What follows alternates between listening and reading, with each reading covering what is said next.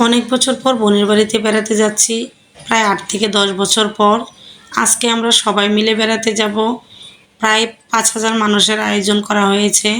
সেখানে সব আত্মীয়-স্বজন সবাইকে দাওয়াত করা হয়েছে। আমার বোনের একটি অপূর্ণতা রয়ে গিয়েছিল, সেটা আল্লাহ পাক পূর্ণ করেছে।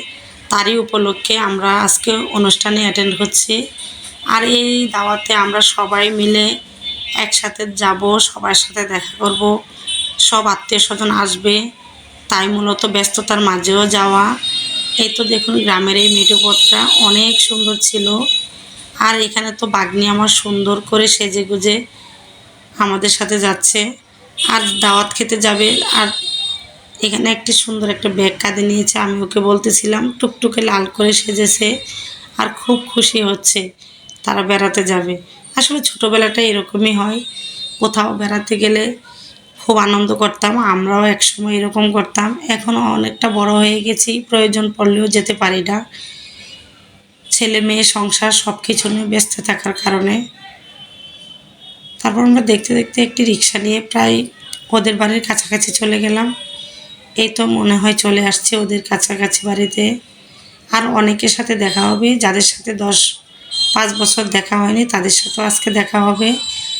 আর এরকম অনুষ্ঠানে গেলে যাদের দেখা সাক্ষাৎ হয় না অনেক বছর পর্যন্ত, তাদের সাথেও দেখা হয়ে যায়। দাওয়াতের উদ্দেশ্য, যাওয়ার উদ্দেশ্যটাই মূলত এটা। এই তো আমরা কথা বলতে বলতে চলে এসেছি আমার বোনের শ্বশুর বাড়িতে। এটা হচ্ছে আমার বোনের শ্বশুর বাড়ি। আগে যখন এসেছিলাম এরকম ছিল না। আর এখন নিত্য নতুন বাড়িঘর সব কিছু এলোমেলো হয়ে গেছে। আমি তো দেখে চিনতেই পারতেছিলাম না। দুপাশে বিল্ডিং আর মাঝখানে রাস্তা করে রেখেছে। এই পুরোটাই ওর শ্বশুর বাড়ি, এখানে বাইরের কোনো লোক নেই, ওরা একটাই ফ্যামিলি। ওদের সবাই এখানে, এদিকে দেখুন ছেলেদের প্যান্ডেল করে রেখেছে।